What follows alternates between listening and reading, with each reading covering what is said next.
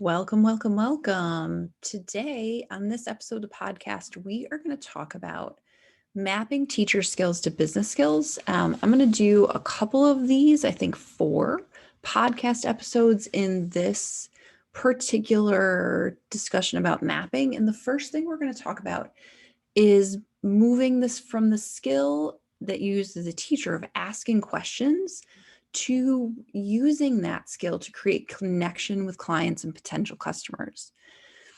So many of your teaching skills really matter in your business. And one of the things that happens is people move out of teaching into business and they're like, oh, I have to start fresh. But that's not really the case. Your teaching skills are actually your unique advantage. They're not at all a disadvantage. And they're the thing that makes you special in the business world, really more than anything. So this week, we're going to talk about that most vital skill, asking questions, and how it really translates directly into your business as connecting with customers and clients and money, actually, because connection, the byproduct of connection is money. Before I do that though, I want to talk really quick about celebrations. One of the things I love sharing here on the podcast, in my group, and all the places I have is amazing things that are happening with my clients because I love to really celebrate them. I do it more so than anything because it's a key habit for me. I really do believe, and I've come to believe even more strongly over time, that celebrating is a key part of success. If you think about your last win, did you really celebrate it? Right? Our brains are taught where society teaches us, our lives teach us that when we have a win, it's like, okay, win, done, on to the next bigger thing. But when you just move on to that next bigger thing and you don't take the time to sit in your celebration, you're teaching your brain and your kids and the rest of your life that success wasn't worth pausing to acknowledge. And I don't think that's what you want to teach your brain or anyone else. So, one of the habits that I have that I've been really like digging back into and trying to take more seriously lately, like I'm a chronic celebrator, but I'm trying to do a better job, is I issued myself a challenge a couple weeks ago that every day I would write down 5 celebrations. This is something I had talked about a couple of weeks ago in my Facebook group. If you want to go see that video, if you're looking for a little bit more about what I do and how. But for you, I would issue the same challenge. Can you challenge yourself for a week or 10 days or 2 weeks or longer to sit down once a day and really take 2 minutes to write down 5 things that were worth celebrating that you're proud of today? And they might be little things. Like I would say one day last week, it was like a client resigned, and that's a big thing. But the other thing is I had done 4 days of exercise in a row and I was super proud. And that might sound like a little thing, but it was a big deal here.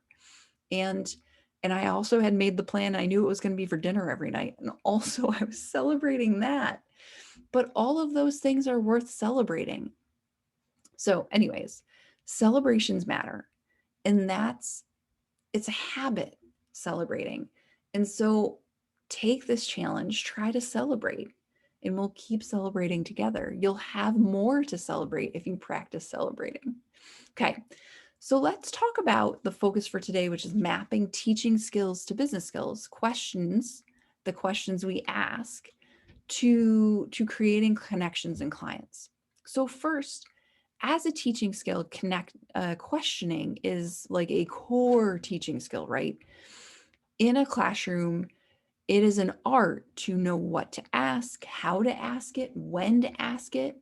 It is part of the zone of genius for really great teachers, of which you are, right? When you ask a kid or a student a great question, it does all the things, right? A great question does all the work for you. In a classroom, it can start people thinking. It can engage people. It can help them expand ideas. It can clear confusion. It can loosen something that's in the way and that's been like sticky. One good question can do each of those things, but all of those things also. And so, this questioning skill, asking the right question, is a huge teaching skill, but it's also a vital business skill.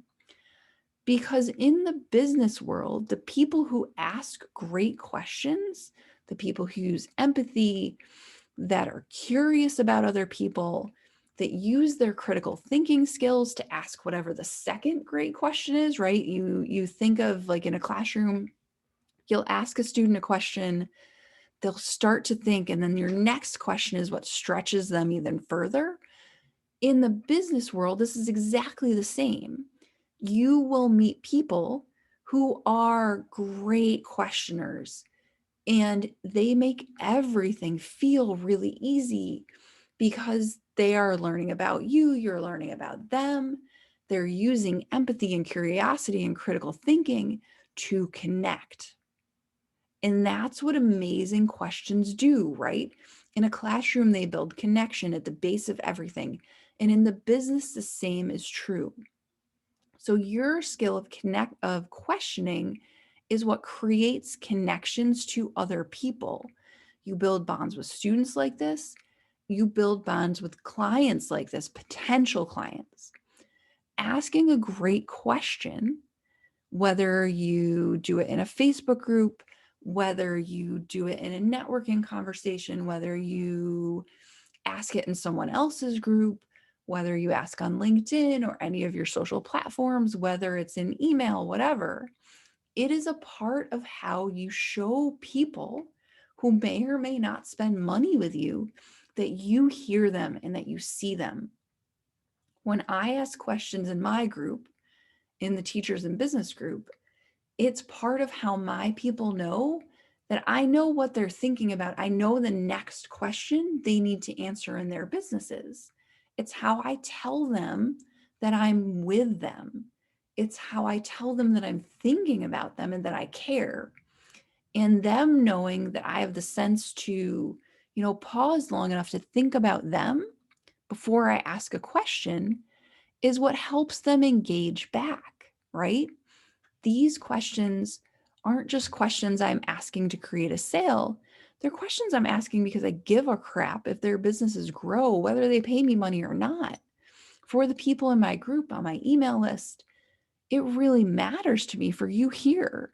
It matters to me that you get what you need to grow the next step, right? And that's what great questions do. So, to really transfer this skill from the classroom, this questioning skill, into your business, here's what you can start with. Think about the questions that you want to ask your people that will help you build connection.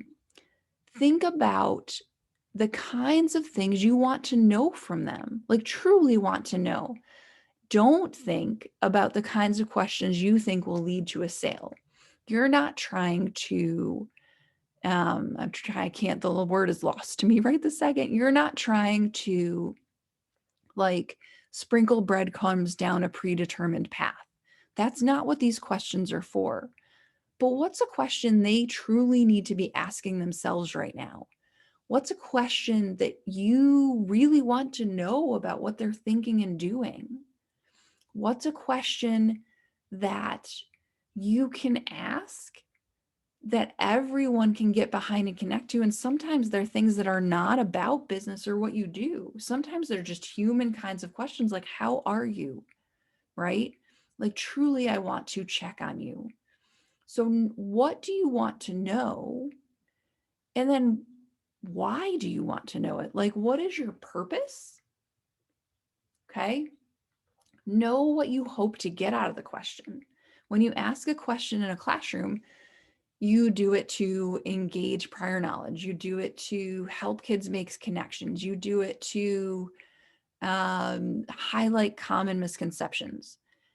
When you're asking your people questions, when you're asking other humans questions about business, about work, about what you do.